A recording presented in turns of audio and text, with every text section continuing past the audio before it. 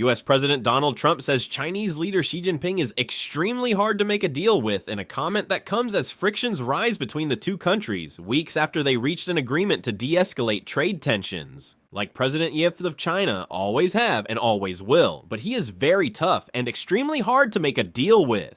Trump wrote in a post on his platform Truth Social in the early hours of Wednesday morning Washington time. Tensions have ratcheted up between the United States and China as expected. Trade talks between the two sides appeared to stall just weeks into a 90-day tariff truce agreed to last month in Geneva. That truce hit pause on a damaging tit-for-tat escalation of tariffs sparked by Washington's raising of duties on Chinese imports into the U.S. Trump has since accused China of violating the agreement, a charge Beijing has denied, while it accuses the U.S. of taking measures that seriously undermine their consensus. Trump's latest remarks come as a long-awaited call between the U.S. president and Xi has yet to materialize, despite repeated suggestions from the White House that such talks, which Washington sees as key to jumpstarting progress, were imminent. Trump spokeswoman Caroline Leavitt on Monday said the two leaders would likely speak this week, while Treasury Secretary Scott Bessent, in an interview with CBS Face the Nation that aired Sunday, said he believed that issues between the two sides would be ironed out in a leader-level call very soon. China's foreign ministry on Tuesday said it had no information to share when asked about the potential call at a regular media briefing. The two leaders are not known to have had a call since days before Trump's inauguration in January. The president's latest comments expressing that he likes Xi, however, appear more conciliatory than a missive posted on social media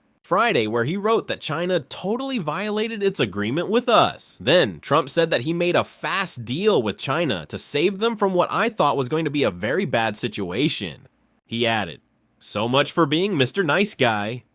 Trump had in recent months repeatedly raised tariffs on Chinese goods, part of his broader efforts aimed at reshaping the U.S. role in global trade and reversing the offshoring of American jobs and decline of U.S. manufacturing. U.S. tariffs on steel and aluminum doubled to 50% as of 12:01 EMT on Wednesday, while the White House also negotiates with a host of countries on tariffs. The president's Wednesday message about Xi echoes some of his past friendly and even admiring language toward the Chinese leader, one of a handful of strongmen that Trump has praised or lauded close relations with throughout his political career. It also follows a meeting on Tuesday in Beijing between Chinese Foreign Minister Wang Yi and newly arrived U.S. Ambassador to China David Perdue, where Wang urged the U.S. to work with China to return relations to the right track. When asked about Trump's Wednesday comments during a regular briefing in Beijing Wednesday, Chinese Foreign Ministry spokesperson Lin Jian said that China's principles and position of developing China-U.S. relations are consistent.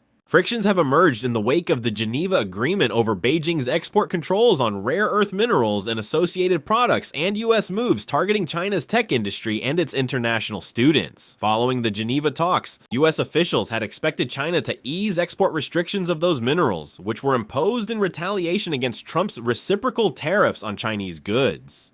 The minerals are an essential part of everything from iPhones and electric vehicles to big-ticket weapons like F-35 fighter jets and missile systems. But the restrictions haven't been lifted, causing intense displeasure inside the Trump administration and prompting a recent series of measures imposed on China. 3 administration officials told CNN last week. Beijing, meanwhile, has bristled as Washington warned to companies against using AI chips made by China's national tech champion Huawei, moved to limit critical technology sales to China, and announced that the U.S. would aggressively revoke visas for Chinese students in the U.S. with connections to the Chinese Communist Party or studying in critical fields.